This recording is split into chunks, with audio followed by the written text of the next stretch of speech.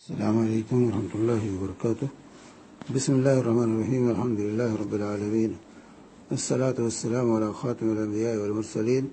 وعلی آلہ وصحبہ اجمعین، اما بعد۔ یہاں ایک بہن کا سوال ہے کہ اس سال کئی ممالک میں جمعہ کو عید تھی، لیکن کئی مساجد میں صرف ایک خطبہ ہوا جو عید کا تھا، کیا ایسی کوئی گنجائش ہے؟ دیکھیں، اس سلسلے میں واضح ہونا چاہیے کہ اگر عید اور جمعہ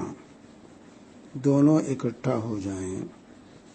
تو ایسی صورت میں عوام کو یہ رخصت ہے، جو عید میں شریک ہو چکے ہیں ان کے لیے یہ رخصت ہے کہ جمعہ میں وہ آنا چاہیں آئیں اور نہ آنا چاہیں تو نہ آئیں اور ظہر پڑھ لیں۔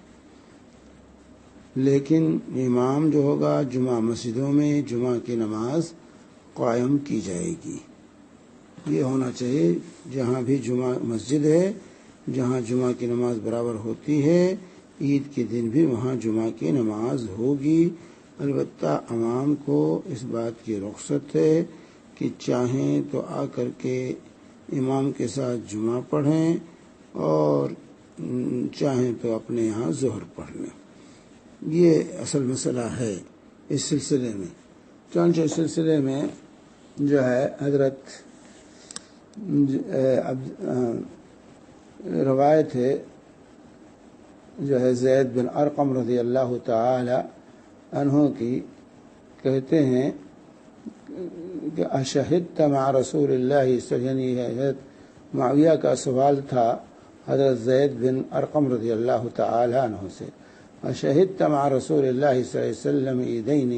اجتمع فی یوم، کیا آپ رسول پاک صلی اللہ علیہ وسلم کے ساتھ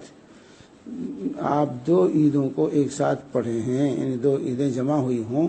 تو ایسے دن آپ نبی کریم صلی اللہ علیہ وسلم کے ساتھ تھے جب ایک ہی دن میں دو عیدیں جمع ہو گئیں، یعنی جمعہ اور عید۔ تو حضرت زید بن ارقم رضی اللہ تعالی عنہ نے کہا ہاں نعم، قال فکیف صنع،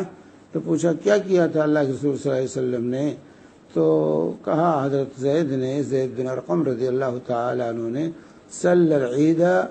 ثم رخص فی الجمعۃ، اللہ کے نبی صلی اللہ علیہ وسلم نے عید کی نماز پڑھائی، پھر جمعہ کی نماز کے سلسلے میں رخصت دی لوگوں کو،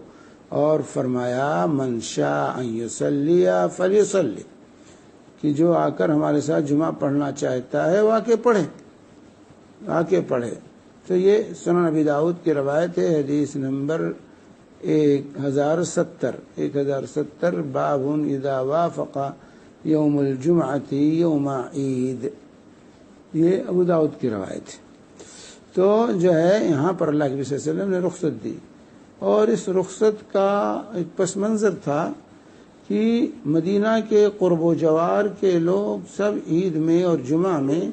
آ کر رسول پاک صلی اللہ علیہ وسلم کے ساتھ نماز ادا کرتے تھے، اور جانتی ہیں کہ اس وقت سواریوں کا یہ نظام نہیں تھا جو آج ہے۔ وہاں لوگ پیدل چل کے آتے تھے یا گدھے پر سوار ہو کر، کھچر پر سوار ہو کر، اونٹ پر سوار ہو کر پہنچتے تھے۔ عید کے دن آنا جانا اگر ان کو دونوں نمازوں میں ان کے لیے ضروری قرار دے دیا جاتا تو ایسی صورت میں عید کی ساری خوشی ان کے آنے اور جانے میں صرف ہو جاتی۔ اس لیے اللہ کے حبیب صلی اللہ علیہ وآلہ وسلم نے یہ رخصت دی تھی کہ جو آنا چاہے آ کے ہمارے ساتھ پڑھے جمعہ، اور جو نہیں آنا چاہے نہ آئے۔ جو ہے جمعہ میں آنا یہ ضروری، اگر عید پڑھ لیا ہے تو جمعہ میں آنا ضروری نہیں، لیکن اگر عید میں نہیں شریک ہوا ہے تو جمعہ میں شریک ہونا ضروری ہے۔ اور اسی طرح دوسری حدیث جو ہے ابو ہریرہ رضی اللہ تعالی عنہ کی ہے، سنن ابی داؤد ہی کی حدیث نمبر 1073 جو ہے، حضرت ابو ہریرہ فرماتے ہیں کہ رسول پاک صلی اللہ علیہ وسلم نے فرمایا قد اجتمع فی یومکم ھذا عیدان، تمہارے آج کے دن دو عیدیں جمع ہو گئیں، فمن شاء اجزاہ من الجمعۃ وإنا مجمعون، تو جو چاہے اس کے لیے عید کی نماز جمعہ کے لیے کافی ہو جائے گی۔ جمعہ کے لیے کافی ہو جائے گی، یعنی جمعہ پڑھنے کے لیے جمعہ پڑھنا اس کے لیے ضروری نہیں ہے۔ وَإِنَّا مُجَمِّعُونَ، لیکن ہم تو جمعہ پڑھیں گے، ہم جمعہ قائم کریں گے، اور تم میں سے جس کو آنا ہے آئے، اور جس کو نہ آنا ہے نہ آئے، جمعہ میں شریک نہ ہو، یہ عید کی نماز اس کے لیے کافی ہوگی۔ تو یہ اصل مسئلہ ہے، یہ اصل مسئلہ ہے کہ امام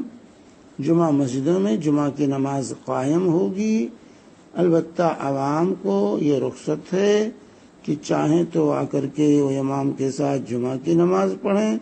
یا اپنا جو ہے ظہر پڑھ لیں، جو ہے جمعہ میں آنا ان کے لیے ضروری نہیں ہے۔ اصل مسئلہ یہ ہے۔ تو یہاں پر جو آپ کہتے ہیں کہ بہت سی جگہوں پر جو ہے لوگوں نے جو ہے ایک ہی خطبہ ہوا، عید کا خطبہ ہوا، نہیں، امام کو دونوں خطبوں کا اہتمام اصل کرنا چاہیے، کیونکہ رسول پاک صلی اللہ علیہ وسلم نے فرمایا اِنَّا مُجَمِّعُونَ، ہم تو جمعہ پڑھیں گے، ہم قائم کریں گے، ہم جمعہ قائم کریں گے، تو اس لیے جمعہ کی نماز ہونی چاہیے۔ البتہ عوام الناس کو اس بات کی رخصت دی گئی ہے کہ چاہیں تو آ کر کے جمعہ کی نماز پڑھیں، اور نہیں چاہتے ہیں تو نہ ہی وہ ظہر کی نماز پر اکتفا کریں۔ وصلی اللہ علیہ نبینا محمد وعلی آلہ وصحبہ وسلم۔